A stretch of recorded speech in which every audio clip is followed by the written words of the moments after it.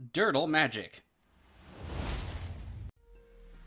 Hello and welcome back. Thanks for coming to Durdle with us. Today we're playing some casual Kudro.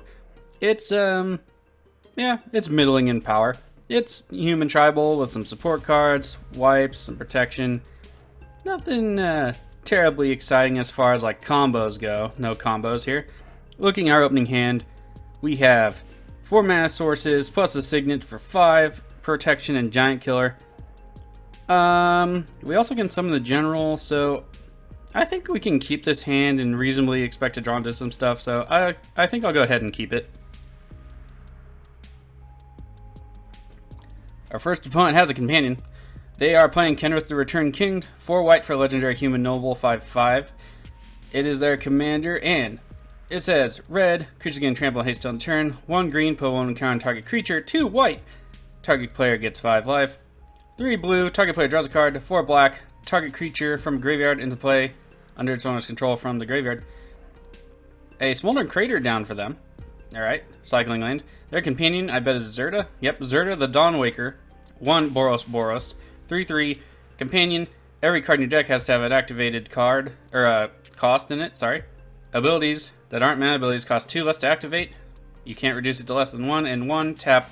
Target creature can't block this turn. Zerda very good with Kenrith. My friend in paper has one. It is a Guildmage tribal deck. Very casual, but not just with Kenrith out. It's ridiculous the value you can get off that, and he was already good. This is just my personal opinion. I don't particularly like the companions because of what they can do for some generals and not for others. So the impetus would be printing more of them at some point in the future, but I'm also leery of having more of those. That's just me. Swamp into play for our next opponent here. They're playing Crick, Son of Yawgmoth, or Son of a God. So that's 4 and 3 Phyrexian mana, so you can pay 2 life or black for either one of those. Lifelink, for each black symbol and cost, you may pay 2 life rather than pay that mana. That means if something has 1 black, pay 2 life, draw a card, Erebos, you can pay 2 life instead. For the black mana symbol, whenever you cast a black spell, put 1/1 counter on Crick, Son of Yawgmoth. He's a 2/2. Legendary Horror Minion. It can be a very good deck. The problem I have with mono black playing them is I always tend to build them the same way, and it gets boring for me. But I've seen some interesting builds before, so we'll have to wait and see what they play. Our next opponent, Hapatra, Vizier of Poisons, my personal favorite Golgari commander. Black-green for a 2/2 legendary human cleric. Whenever she deals damage to a player, you may put a -1/-1 counter on target creature. Whenever you put 1 or more of those counters on a creature, you get a 1/1 green stink creature token with Death Touch. She is an interesting deck. Not terribly different from deck to deck, but it's interesting in that it's kind of like a hybrid control, overwhelming, wipes the board, creates tokens, overwhelms opponents, and can also do combos to drain everybody. It's a really good deck. It has some flexibility. Unfortunately, it usually revolves around Hapatra. Off to our turn. We draw Orzhov Signet, so we're not going to be hurting for mana. Let's go ahead and get the Temple of Silence down, get that scry out of the way, maybe get a land out of the way, and we'll roll it on over to our opponents after we scry. Bird! Steward of Argive. That might be good against Hapatra, so we're going to keep him on top, I think, is the best thing to do here. Farseek. They'll go get anything besides a forest. Seems good in 5 color. I know I appreciate it in mine. Alright, let's see what they got. One of those new triomes here. It is Zargoth Triome, or Zalgoth, sorry. It enters the battlefield tap. It can tap for blue, black, or green, and you can cycle it for 3. Cabal Stronghold down for Crick. That'll be good for him. All the extra black mana ritual lands. Wouldn't be surprised if we see a Coffers coming down at some point. Cryptolith Right coming down for Hapatra. Good in that deck. Creatures they control will have. Tap, add 1 mana of any color. The snakes. The Gemhide snakes, perhaps even. I mean, they're not slivers, but you know. Rolls over to our turn. We get the Bird. They didn't play Hapatra, so we can actually take some time to set up here. I was worried we'd have to play Giant Killer right off the bat. Let's go ahead. Play a Plains. Play the Orzhov Signet. Orzhov Signet down, and we'll pass the turn there. Diligent Farmhand coming down for the 5 color player, Mr. Kenrith. 1 green, sacrifice it, search your library for a basic land card, put on the battlefield tapped, so Rampant Growth. If it is in your graveyard, effects of spells named... Oh my, pardon me. Suppose name muscle burst count. Okay, so that's probably not relevant. Dawn Treader Elk. Going to get some more lands. Okay. So that works with Zerda. At least this one does. It'll cost just green. So they will ramp stuff out and then just have Kenrith and Zerda. The thing I do like about the companions is once you kill them or exile them, they're gone as long as you can get rid of them. So they're not a commander. They can't just keep coming back out from the command zone. So if we get rid of Zerda, that will seriously hamper their deck, most likely. Alright, swamp into play in the Dark Ritual for Crick. Let's see what they do with it. Crick coming down. Seems pretty good. My favorite Mono-Black commander right now is Villas. This card in there is nuts. Kodama's Reach coming down, or out rather, for Hapatra. They will go get some lands. Alright, they got a swamp into play. And a swamp to hand. Rolls over to our turn. We get Sir Aaron. Is that Sir Alan? Sorry. The Lion's Claw, 3 white, legendary human knight, first strike for 4. Whenever attacks our creatures you control, get 1/1 on the turn. Not the best human to put in here. But I want to try this out and see. At some point we need to be on the offensive and our guys can get moderately big, so it seems legitimate in the strategy. Let's go ahead, mana into the Signet, cast Arcane Signet, drop a swamp, and then we'll go ahead and summon our commander. Kudro will trigger. I think for now we'll get rid of the Dawn Treader Elk. I don't know if they have recursion or need that for any reason, so we'll just get rid of it. And we'll roll it on over. Sacrificing the farmhand, they'll get a basic land card. They'll put it on the battlefield tapped. Thrashing Brontodon. 1, sacrifice it, destroy target artifact or enchantment. 1 green. It's a good dinosaur. Onto's Monument coming down for Crick. 3, black creature spells cost 1 less to cast. That'll be good for him. Whenever you cast a creature spell, each opponent loses 1 life and you gain 1 life. So that will offset some of the life loss they're going to be doing to themselves. Shade's Form. Let's see what this does. 1 black enchant aura. Enchanted creature has black. This creature gets 1/1 till end of turn. Enchanted creature dies. Return that card to the battlefield under your control. Alright, they just passed the turn. Okay. That's plus the lifelink. That's, I mean, it's not breaking even on Crick, but that's dang. Hapatra coming down for that player. Bastion of Remembrance coming down for them. This is the, is it Zulaport Cutthroat that has this effect? Yeah, this is the one that hits everybody. We have that in here as well. It being an enchantment and it being hard to kill, the Aristocrats decks are just going to have the best time. Rolls over to our turn, we get Plains. Let's go ahead and play the Plains. Crick being able to ever get through and like one-shot somebody and gain life back. It's probably a one-time effect right now, but it worries me. So I want to keep up mana for Giant Killer, the kill side of it. Destroy target creature with power 4 or greater. But I also need to play creatures, so I don't know. So I think this turn we risk Sir Alan. And then next turn we'll play Baird and leave up for Giant Killer. I think that's going to be the plan for now. Leave up white like we have something. Summon Sir Alan to the battlefield. Kudro will trigger. Let's go ahead and get rid of the Dark Ritual. I doubt they can get it back, but let's just go around the table. And do we want to provoke the ire of Crick? I don't think so. I think we'll just roll it on over. Hope they don't have a way to evade blocking, and see what our opponents might do about Crick. Kenrith coming down for Kenrith. And there it is. Whisper Silk Cloak coming down for Crick. That'll give it unblockability, which is the important part, and Shroud, and equips for 2. They have enough mana to equip it, so we get to see who dies first. Crick passes through combat, still not attacking anyone. Perhaps they just don't feel like they're going to gain enough life back. That could be something for us. If we can run through Crick and damage them a bunch, that might be very good. Hapatra tapping their creatures for mana. I wouldn't mind a board wipe. There it is, Damnation. Destroy creatures that can't be regenerated. Kind of sad to see Kudro go.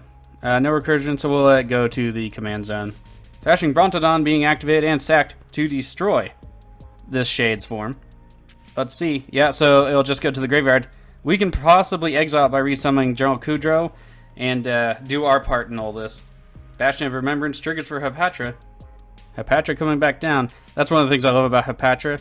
She initially just cost the 2, and you're in green, so, you know, what do you care? If you're really into it, add Herbal against some Cabal Coffers. Rolls over to our turn, we get Stifle of Bolus.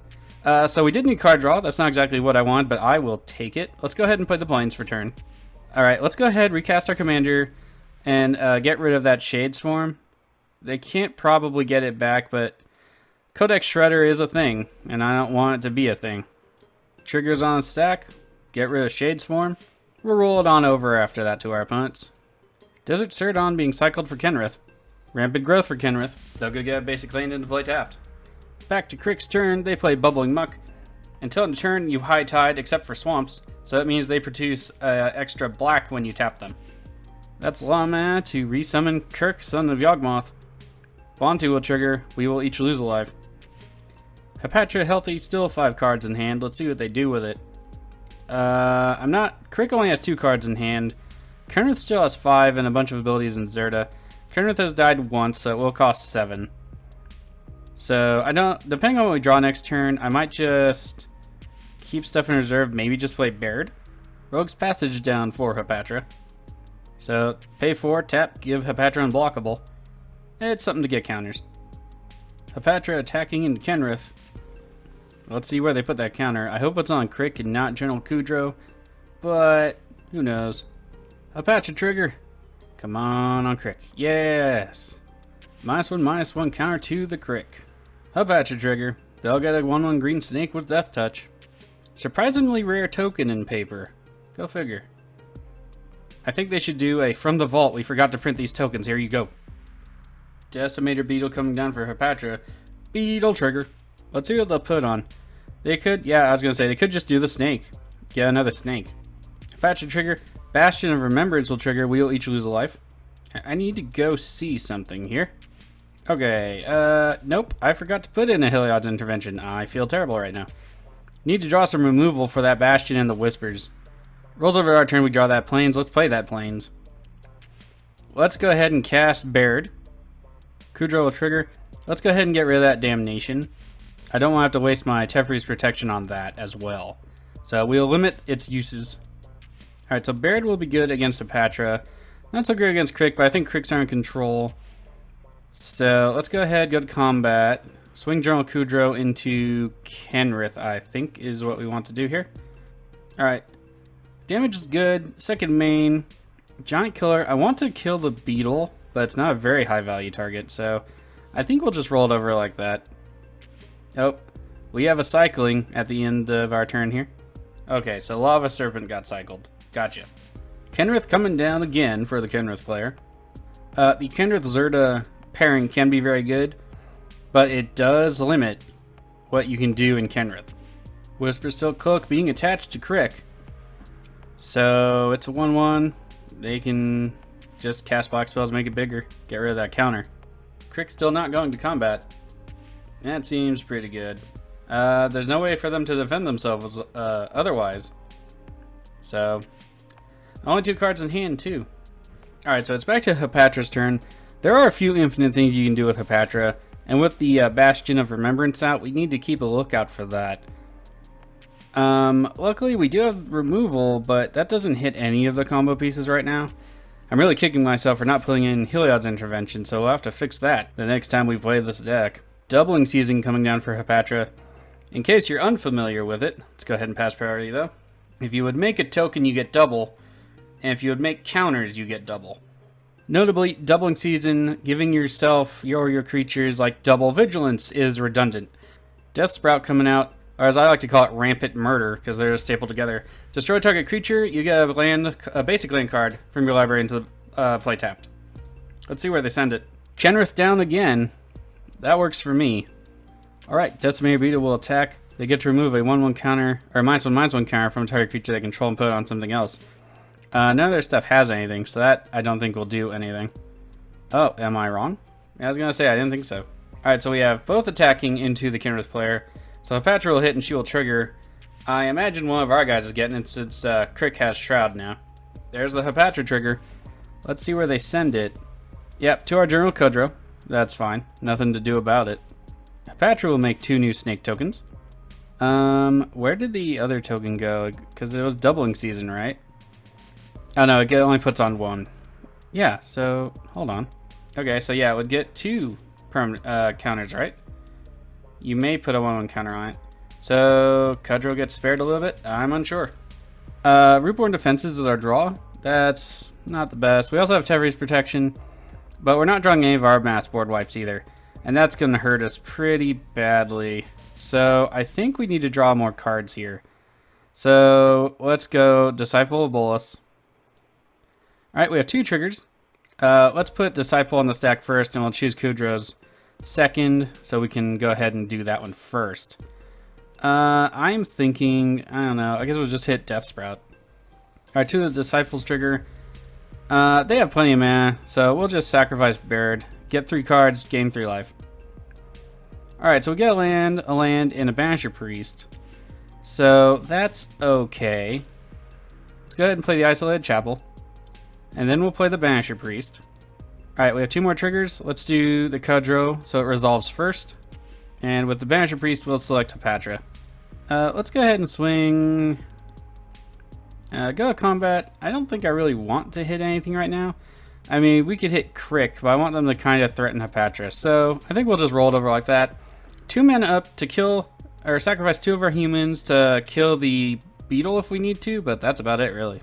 Remote Island to play for Kenrith. A cycling land. Greater Sandworm. Cycling, eh? Yep, cycling 2.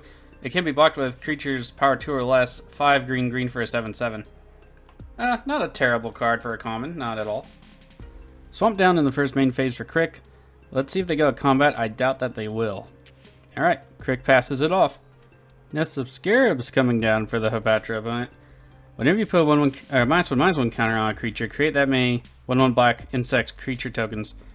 That's part of the combo. It's also just a good card in the deck. What we need to do is get rid of that Bastion of Remembrance. We also need some card draw, would be great. Could use some of that. Hapatra, tapping for mana, down to 1 card in hand. They going to make a move. Alright, so Hapatra coming back down. That'll be something. Can we respond with anything? We cannot. This might be game here. There it is.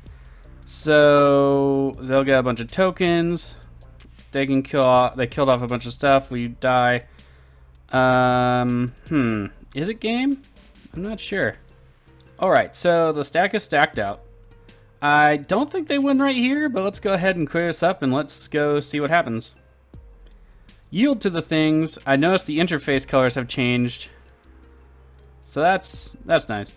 Alright, let's go ahead and keep track of this.